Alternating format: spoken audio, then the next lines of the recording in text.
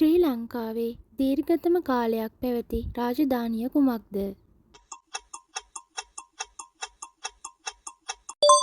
පිළිතුර A. අනුරාධපුරය.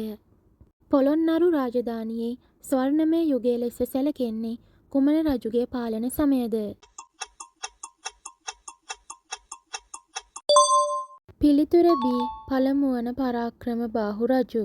අනුරාධපුර රාජධානිය ආරම්භ කළ රජු කවුද? පිළිතුර B.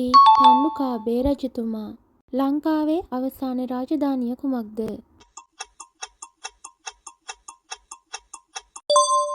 පිළිතුර C. මහනුවර.